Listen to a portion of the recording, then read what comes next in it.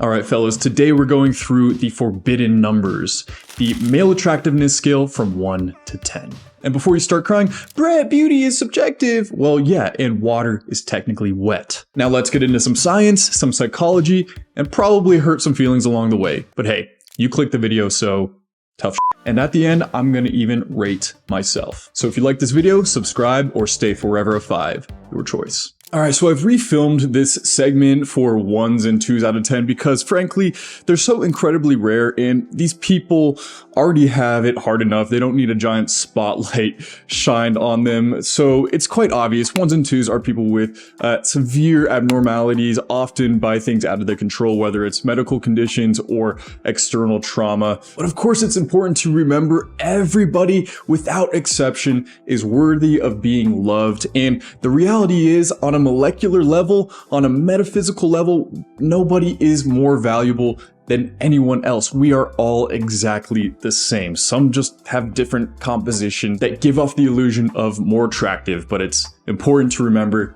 it is all an illusion. That being said, I truly believe that no matter where you stand on the 1 through 10 scale, everybody has the opportunity to raise at least a couple of points on the scale if you're willing to put in the work. And you know, women have the advantage of being able to wear makeup. I think makeup for men is your hair. So it's important to master your hair and your hairstyle. So we got to take a minute to talk about the sponsor of today's video at Dreamy. So this is the Dreamy Pocket Hair Dryer. And the first thing you'll notice is the size. It folds, it's compact, and it's stupidly lightweight. We're talking 300 grams and just 50 millimeters wide. It literally disappears into your bag. Gym bag, carry-on, glove compartment, whatever. If you travel or hate bulky clutter, then this thing is a lifesaver. But here's the best part that actually surprised me. It dries hair fast, like really fast, without frying it. It's running on a 110,000 RPM motor, so you get this insane high-speed airflow that dries shoulder-length hair in about 40 seconds. And because it uses airflow instead of cranking up the heat, your hair isn't getting fried. That means smoother, healthier hair without the frizz. Speaking of frizz, it pumps out 300 million negative ions, which sounds like sci-fi, but what it does is it basically just helps lock in moisture, keeping things looking clean instead of fluffy. Plus, there's a hot-cold cycling mode, so you can style quickly without blasting your hair with constant heat.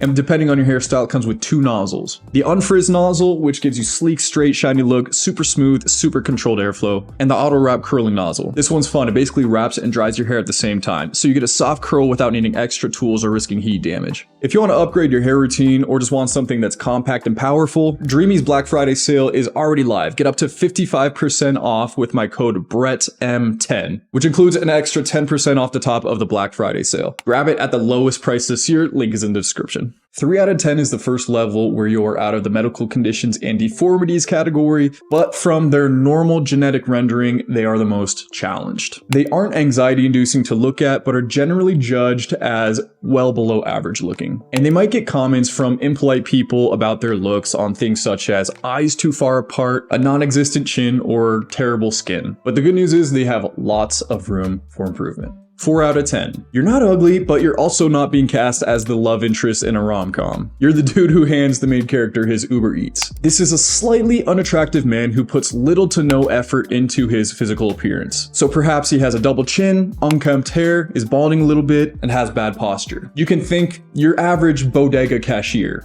right? 5 out of 10. Being a 5 is not an insult, it's literally most men. You're statistically fine, but you don't really turn any heads. But you also don't scare toddlers. You may think that the average man looks something like this, but in actuality, it's more like this. Slightly overweight, unremarkable facial features, and about 5 foot 8 inches tall. You likely go pretty unnoticed. 6 out of 10. A 6 out of 10 is basically your average guy plus an additional 1 or 2 redeeming qualities. Perhaps he's slightly in shape and has a 4-pack, but yet his face is underwhelming at best. Or he has nicely styled hair, or maybe thick eyebrows, but remains overweight. 6s are described with phrases like, he's cute once you get his vibe, or, you know, he's got a really nice smile. You're warm, approachable, and hopefully funny. 7 out of 10. You're officially in the attractive range. You have enough redeeming qualities to outweigh the negatives. You have above average facial harmony. Your body fat percentage is 20% or lower. There's at least 2 pictures of you floating around in women's group chats, and you are often described as cute. A couple male celebrities who come to mind are John Legend and BJ Novak from The Office. 8 out of 10.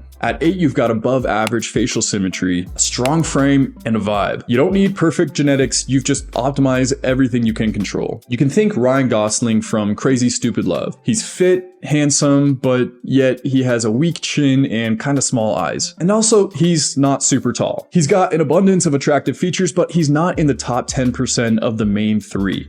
Height, face, body. The majority of women find this level of man the most attractive because he's attainable and non-threatening. Ooh, we're getting up there now. 9 out of 10. This is the guy who makes other guys insecure and starts sucking in their stomach. When you walk into a room, people assume that you're a signed model or at least sell overpriced protein powder. He is in the top 9% of the top 10%, leaving that one single percentile for the 10 out of 10s, which we will get into. He's in the top 10% of 2 out of the 3 main categories, and he's very close in that remaining category. You can't be a 10 out of 10 if you are below average in one of the main 3 categories: height, face, body. You can think Brad Pitt from Fight Club or Matt Bomer. Why are they not 10 out of 10s, you ask?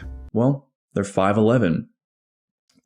Tough break. And last but not least, the 10 out of 10s. The rarest Pokemon. A true genetic anomaly. He is in the top 10% of the 3 main categories: face, height, body. They are the top 1% of men worldwide. The 2 examples I could give you are the male model Trevor Signorino, standing at 6 foot 2 inches, and a young Dolph Lundgren, standing at 6 foot 5 inches. With nearly perfect facial harmony, masculine bone structure, incredible facial symmetry, and also muscular, lean physiques to go along with it, they are the top 1%. Do you agree? Do you disagree?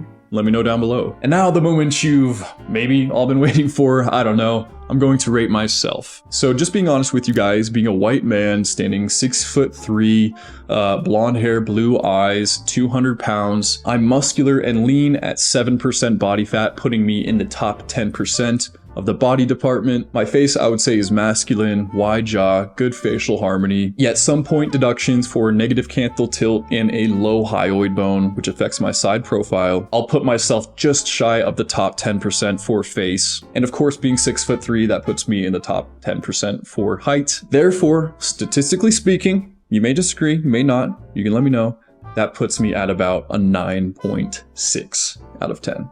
So there you have it, guys. Let me know your thoughts down below, and I'll see you in the next one.